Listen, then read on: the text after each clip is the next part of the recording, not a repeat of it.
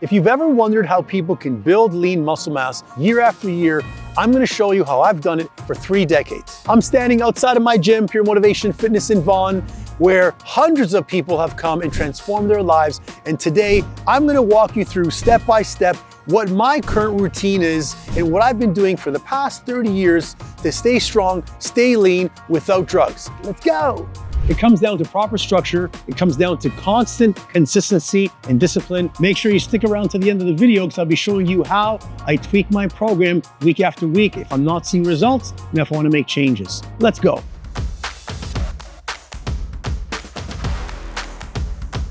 For 30 years, I've been practicing the body type training approach, which means customizing people's nutrition and training based on their body type. Now that I'm 47 years old, I still follow the same concept principles as I did in my teens. The only difference is probably the amount of calories I have or in my split. Currently, I'm on a 4-day split. Reason being, I don't heal as well as when I was in my 20s and 30s. I need a little bit longer to heal. Currently, I'm following the chest and back on a day 1. Day 2, I'm following a leg routine, only legs. I don't want to mix other body parts. Day 3, I'll take off. If I got time, I'll go for a walk or I'll hit some liner groups. Day 4, I'll be hitting shoulders and trapezius muscles. And then for arms, I put them on a separate day. You want to focus on using compound exercises. You want to work an exercise that's going to work many different muscle groups. You're recruiting more muscle fibers, which burns more calories. And if you're looking at strength output, you're far more stronger if you have to balance, stabilize while pushing and pulling heavier loads. Another part of my philosophy has been progressive overload and using forced repetitions every 4 weeks and either increasing the weight, increasing the repetitions, or changing the sets. You can't do the same workout week after week. You can rearrange the order of operation. You can take longer rest periods in each time, but if you're doing the same program, you're gonna plateau. All right, baby, let's do this. So we're gonna talk about warm-ups, how I do my warm-up, why they're important, and why I choose the specific movements for my warm-ups. So 3 different styles of warm-ups. I've been doing the same style of warm-up for years. Why? Because I like them. They work with my body and they prepare me mentally for the workout. So I usually will spend 5 minutes doing some form of a high intensity warm-up, and it's timed. I want to make sure that I can see my time, how long it is, so I stay focused. I either focus on the rower for 5 minutes straight, or I go to 500 meters. I'll also use skipping rope, because skipping rope, in case you haven't known, is going to be double the amount of cardio that you could typically do. So if I was to do 5 minutes of skipping, it's considered to 10 minutes of cardio. I even have a skipping rope that actually tells me how many repetitions I get with each skip. So I try to get about 200, 250, which usually equates to about 5 minutes of a warm-up. Another form of a warm-up I do is going to be with the agility ladder.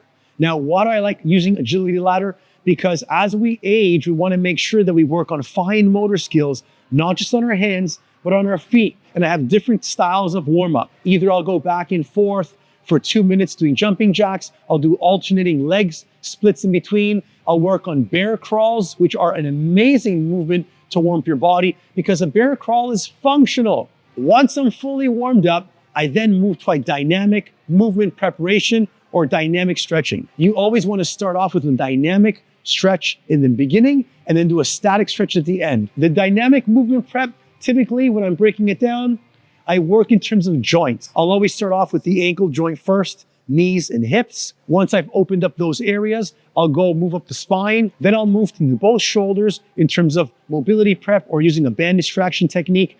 And then we're actually ready for the workout. The chances of me getting injured are far, far less if I do that 5-minute warm-up and then I do the mobility prep. I'm actually preparing the muscle for the movement that it's going to require. Then when I move into the exercise, it's no problem. All right, we're back and now we're talking the actual workout. So for this routine, I like to focus on splitting my body parts up so that I have time to recover. Day 1 is going to be chest and back. By doing chest and back on a Monday and then doing legs on a Tuesday, my entire upper body gets to rest. I can focus on just lower body. Now, I always start with a pull-up. I'm not just doing any regular pull-up, I'm doing weighted pull-ups. To make the first movement hard, I will superset a pull-up and then I'll go to an incline dumbbell press. How many sets? 4 sets. How many reps? 12, 10, 8, 8.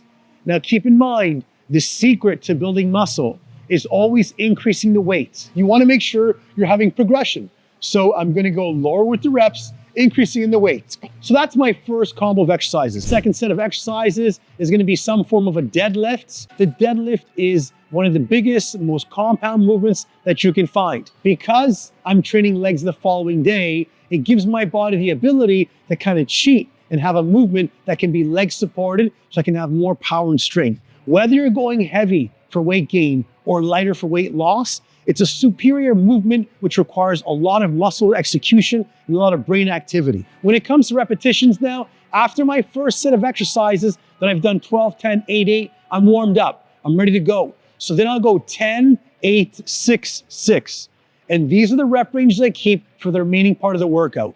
First movement could have been 12, 10, 8, 8. After that, 10, 8, 6, 6. Moving into the chest exercise, I like a plate loaded chest movement. Why? I want to be able to train heavy by myself. I don't want to ask for spotters all the time. And if I want to add as much weight as I need to, if I'm stuck with one arm, I can just come down and drop it. With a dumbbell, I got to literally pay attention to how I put it back and re-rack it. So it's going to be much, much easier. Same principle, 10, 8, 6, 6. When it comes to rest, I'm taking 2 minutes of rest after each movement. So I'll perform one movement really, really heavy, right away to a superset, and then I'll rest. If you feel you don't have the endurance, this is 30 years that I've been doing this, you can do one movement, rest 2 minutes or a minute and a half, and then go back to the next movement and then rest again.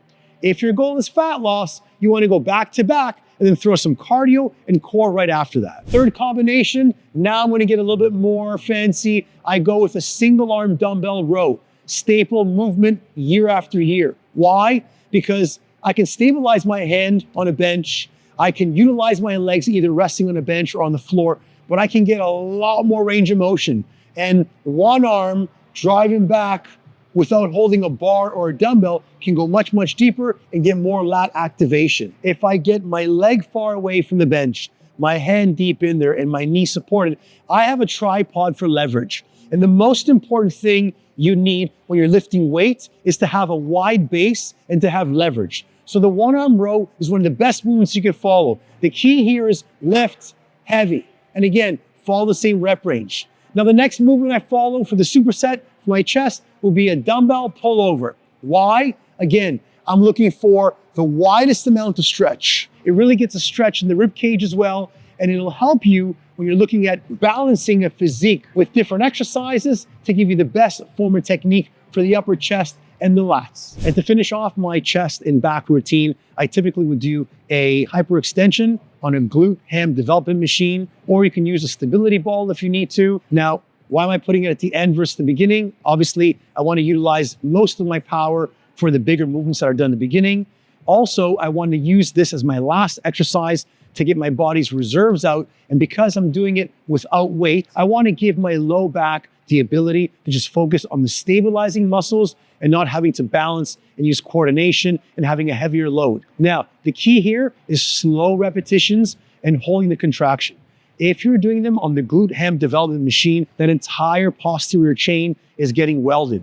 When it comes to this movement, I kind of go between the 10 to 15 rep range because I'm not using a lot of weight, and I want to feel that burn in my low back, which is going to strengthen my back for all the other movements I have in the gym. For the chest, on the other hand, if I'm going to be looking at finishing off, I'll always go to some form of a fly. I prefer free weights because I want to have that balance and coordination affect me while I'm training. You never want to make the dumbbells touch together when they come to the top. You want to keep them an inch apart, and you want to make sure that you're thrusting from the ground all the way through the bench, all the way up your body, out your chest to your movement. Because I'm working chest and back, I always want to throw a smaller muscle group in there, which is my calves, an easy way to destroy them on a separate day from working them with the legs.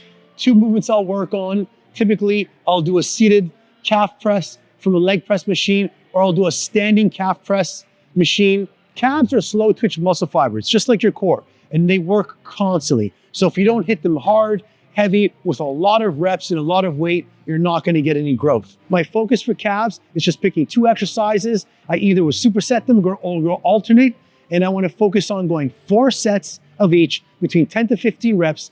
And the rule for this is simple. Go until they feel like they're bleeding. When they feel like they're bleeding, you're doing a good job. All right, guys, we're talking leg day, favorite day of the week. Now, when I train legs, I don't superset them. Legs need time to heal. I usually focus on the hamstring first because hamstrings are going to be more posterior dominant parts of the leg. And usually people focus on the quad area, which typically gets more growth than the hamstrings and the glutes. So I always start off with some form of a deadlift or a Romanian deadlift. Usually go barbell, repetitions again, 12, 10, 8, 8. You want to focus on slowly coming down, pausing at the bottom of the repetition, holding that stretch, and then pulling up forward. You want to make sure you don't hyperextend the hips as you come up, because if you hyperextend the hips, you're putting too much pressure in your low back. Second exercise for my legs is going to be the leg curl. When I perform these differently, I do one leg at a time. Why? I want more isolation. I want more concentration on my hamstrings because the other movements that I'm going to be performing will hit quad and ham together. With the leg curl, you want to focus on coming up and down with one leg at a time, or you can curl with two legs up and come down with one leg slowly. But it's an easy movement to follow because it gives me a transition from the Romanian deadlift that I did before, which puts a lot of pressure on the low back, to then lying down on my stomach where I can take a little bit of that load off my back. All right, we're moving on to quadriceps now, and we're using the barbell. Now, I used to squat a lot. It was one of my staple movements for all my years, but I noticed that as I got older, because I wanted to compete and stay strong with all the younger dudes in the gym, I kept trying to lift the same as much as them. And all I noticed was back pain and knee pain. So I still squat from time to time, but I prefer the barbell lunge, walking lunges, because you get a lot more unilateral strength. I feel that if you have more strength in a split stance position, you're gonna have much more power, much more coordination, and you're constantly using balance to assist you versus being stable. I'll perform the same thing, 12, 10, 8, 8 reps. I'll either walk the whole length of the gym or I'll do them with dumbbells. Next, I move on to the leg press, an amazing movement. The only difference is I do them with one leg at a time. You'll notice me doing a big movement that's barbell based, and then boom, I go to a flat machine where I can lie down or sit to save my low back. Repetitions, 10, 8, 6, 6 for this movement. I focus on coming down slowly, and I can use my forearms as a safety net as I come down to brace my knee against my chest in case I don't have a spotter, or to push myself back up. The higher up you go on the leg press, the more glutes you're gonna activate, and the lower you go, the more quadriceps. Lastly, for my legs and the quadricep-based program, I'll go with a goblet squat. And instead of me putting a lot of weight on my back and my neck, which year after year after year has caused me some challenges, by holding a dumbbell right in front of myself and slowly lowering my body, I literally feel my core on fire and activating. I'm not gonna hit calves on the leg day because I've hit them the day before. I wanna make sure they have time to heal and rest. If I wanna shock things up, I can switch quad first and ham second, or back again, or I can change the order of operation. That's my leg day. Let's hit shoulders. All right, we're talking shoulders now, and a lot of people train them together with other body parts. I like keeping them separate. I want them to treat them like they're its own baby, and I want to give them a lot of attention. Now, I always start off my workout by doing upside down handstand push-ups. Balancing your weight upside down and just holding your weight, there's a lot more your shoulders that just add strength. It provides stability. It gives you the ability to hold endurance in an upside down position. So my first movement is an upside down handstand push-up. I'll do as many as I can until failure, until I got no more juice. And then I'll probably hold on the wall for a few seconds to build my stability and build my endurance. Next, I'll go to a standing dumbbell explosive press. Why do I use dumbbell versus barbell again? I want to make sure that I'm not going to have the shoulder issues. And as I'm pressing in a neutral grip, it's going to be easier for my shoulder because this is a natural range of motion. So I'll go with dumbbell shoulder presses, standing. Why standing versus seated? I want to build everything from the base up. Also, if I get stuck, I can rest them in my shoulders, I can bend my knees down, and I can explode up to the ceiling doing a slight Olympic press movement. Really, really good for the shoulders, especially after doing handstand push-ups. The next two movements are very simple. They're with dumbbells again, side lateral raises and bent over rear raises. When you're looking at lateral raises, you want to look at not going so heavy where you cannot get the proper range of motion and you can't hold. If you're not holding the movement, there's no time under tension, no muscle activation. And then I'll go into a bent over rear raise. Now, if I'm doing these movements, I can either do them bent over, I can either do them on a bench, on an incline position, or I can either go to a cable machine to really fine tune and isolate that area, especially if I'm tired. To finish off the shoulders, I'll always go with some form of a shrug. If I want to go really, really high or alternating, I'll go with a dumbbell. For shrugs, again, 10, 8, 6, 6, super heavy. I want to make sure I tax my body, shock my body, and make sure that when I'm done my shoulders, I got nothing left in my tank. Because shoulders are a smaller muscle group and I'm going shoulders and traps, I'll always involve the core. And what I like to do for core is a lot of hanging movements. Now, I like doing advanced movements with the cables. I like hanging from bars, hanging from rings. I like bringing my toes to bar, or like bringing toes to the rings, upside down, so I can really get a deep stretch on the exercises versus doing them from the floor. I love rotational movements. Do a rotational wood chopper. Key thing you want to do is you want to pivot at the knees. That way you have a lot more rotational power. So I'm not going to keep my knees fixed, which puts too much pressure on that kneecap. Finally, making my core a little bit more advanced, I'll use an ab roller and I'll roll on my knees for as much as I can. I don't really come up with a number by this time. I just go to full exhaustion. I may do 2 or 3 rounds. I may do as many reps as possible and strengthen my spine as well at the same time. Last and certainly not least, we got the gun show. We got biceps and triceps happening.